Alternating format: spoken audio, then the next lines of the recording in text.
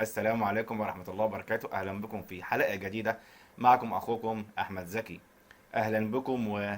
وظواهر غامضة. سلسلة أفلام الدمية جاكي المرعبة اللي كان ساكنها روح شريرة وكانت بتقتل الناس. طبعا أكترنا شايف الأفلام دي، لكن في هنا سؤال بيقول: هو كان في دمية ساكنها روح شريرة فعلا؟ ده اللي احنا هنعرفه.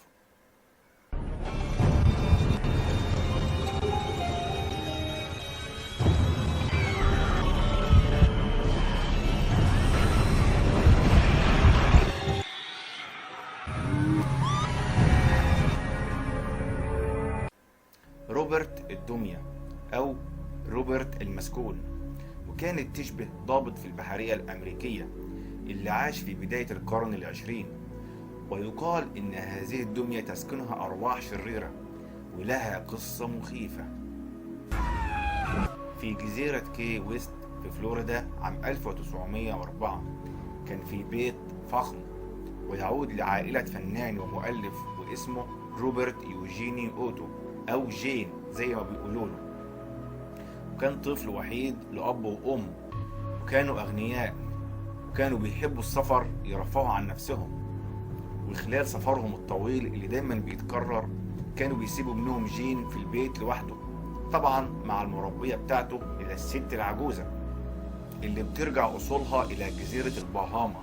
ويقال عن الست العجوز دي إنها كانت بتحب ممارسة السحر الأسود الفودو القائم على استغلال أرواح الشريرة وتسخير الجن والعفاريت لغرض إنزاع اللعنات السوداء على الأعداء والخصوم. وفي يوم من الأيام والدة الطفل جين كانت متضايقة شوية، فقامت ترضع الست العجوز المربية علشان سبب تافه. لكن الطفل روبرت كان متعلق بالست دي قوي، وفضل يترجى أمه عشان تسيب المربية في البيت إن شاء الله حتى لو لآخر الشهر. وبعديها الست العجوز فضلت في البيت محبوسة وما كانتش بتخرج خالص إلا نادرا جدا، ومحدش كان عارف هي بتعمل إيه. وقبل ما تمشي سابت دمية هي اللي صنعاها بنفسها كهدية للطفل وسمتها على اسمه روبرت. وبسرعة أصبح جين متعلق بالدمية الجديدة ولبسها لبس البحارة، وما عادش بتفرقه خالص حتى وهو نايم. كان بيلعب معاها وكان بيكلمها دايما زي أي طفل في عمره بيكلم الدمية بتاعته. لكن أبوه وأمه حتى الخدم اللي في البيت بدأوا يسمعوا صوت تاني معاه في الغرفة، فصموا في البداية بإن جين هو اللي بيغير صوته كأنه بيتكلم بالنيابة عن الدمية بتاعته. وده أمر طبيعي يكون به أي طفل لما يتكلم مع اللعبة بتاعته. لكن الصوت التاني كان أخشن شوية، وده مش صوت طفل.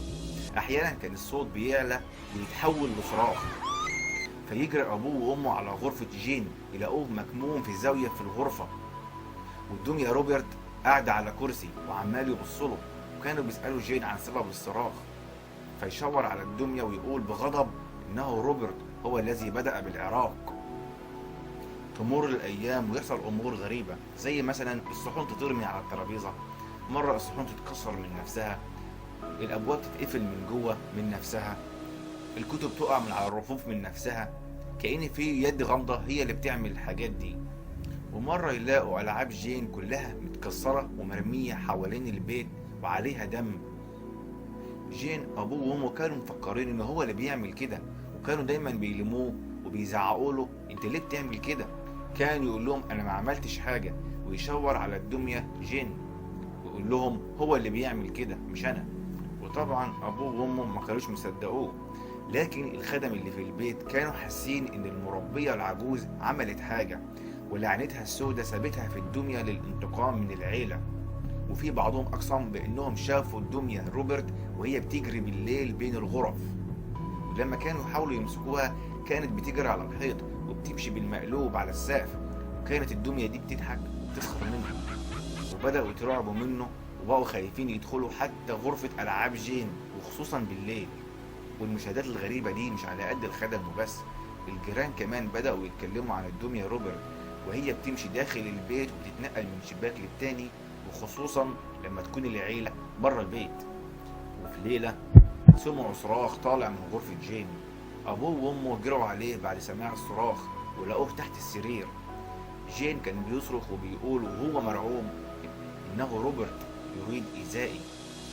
هنا بقى خلاص زهقوا وحاولوا يقطعوا الدمية ويحرقوها، لكن الخدم حذروه من الفعل ده أحسن اللعنة تعم على البيت كله. فوالد جين قام جايب الدمية وحبسها في أوضة صغيرة في البيت، وقفل عليها ومنع الجميع من الاقتراب من الغرفة دي. بعد ما سابوا الدمية في الغرفة ما حصلش أي أمور غريبة، وتجاهلوا الموضوع خالص. وكبر جين ومر زمن كبير وهي في نفس الأوضة. وفي عام 1974 مات جين، وقامت زوجته ببيع البيت.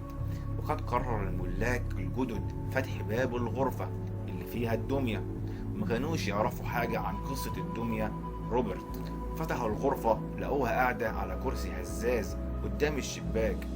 تعجبوا وقالوا بيت زي ده نضيف كده، والغرفة دي الوحيدة اللي كلها غبار ومش نضيفة.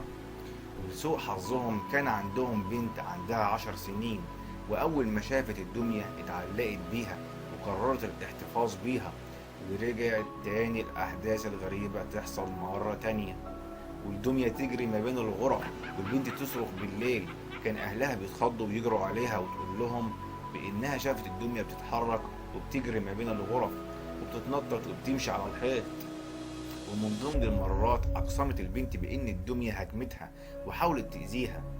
وفي النهاية انتهى المطاف بالدمية روبرت إلى إحدى المتاحف الأمريكية، لكن مشاكساتها لسه ما خلصتش. وبسرعة بدأ العمال والموظفين بتوع المتحف يتكلموا عن أمور غريبة بتحصل بالليل، واتقال إن بعض الحراس شافوا الدمية بتمشي بالليل في المتحف. فقررت إدارة المتحف وضع الدمية روبرت داخل قفص من الزجاج لحد يومنا هذا. وبيزوروا كتير من السياح علشان يعرفوا قصته العجيبة ويصوروه كمان، بس بحذر. الأسطورة بتزعم إن أنت كسائح قبل ما تتصور مع الدمية روبرت تاخد رأيها عشان ما تأذيهوش اللعنة الشريرة. كده حكايتنا خلصت يا جماعة، بس أنا حابب أقول لكم حاجة. أول حاجة يا جماعة، دي مش روح، علشان ما فيش روح بتتجسد في دمية. بسم الله الرحمن الرحيم. ويسألونك عن الروح قل الروح من أمر ربي. يعني ما ينفعش حد يتحكم في روح ويحطها في دمية.